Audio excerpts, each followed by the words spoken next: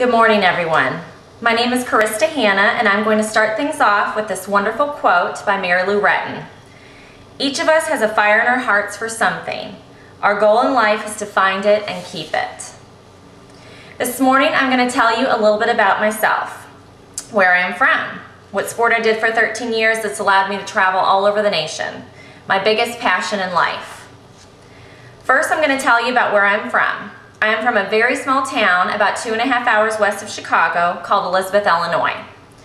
Has anyone of you ever heard of Elizabeth, Illinois? I didn't think so. It's a very small town of about 650 people. Both my mother and my dad's side of the family still live there.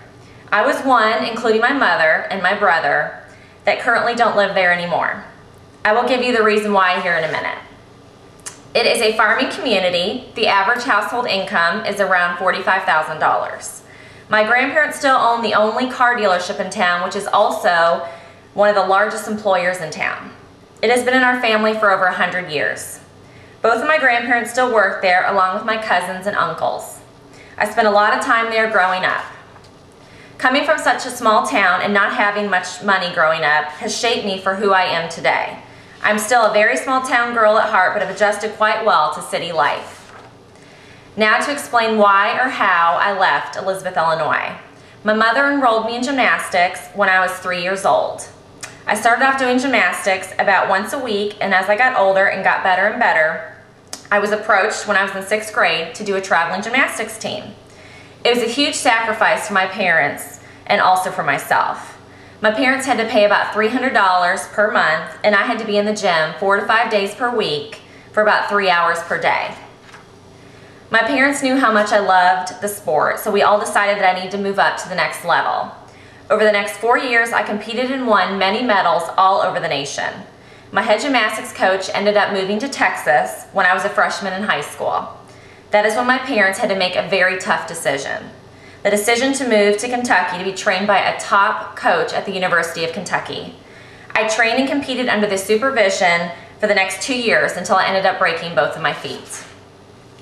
I went to the doctor, and the doctor told me that I had a tough decision to make. He said I could continue gymnastics and have a body of a 65-year-old, or I could quit and enjoy my childhood, which I hadn't been able to do up to this point. After discussing it with my parents, we all felt it was best for me to quit. I learned many valuable lessons from my experience in gymnastics and wouldn't have traded it for anything.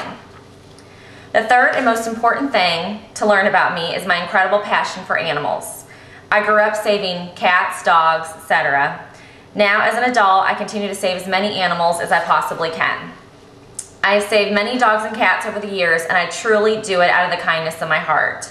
A lot of times, they don't even have any money to afford the surgeries that they need, but I just have to help in some way.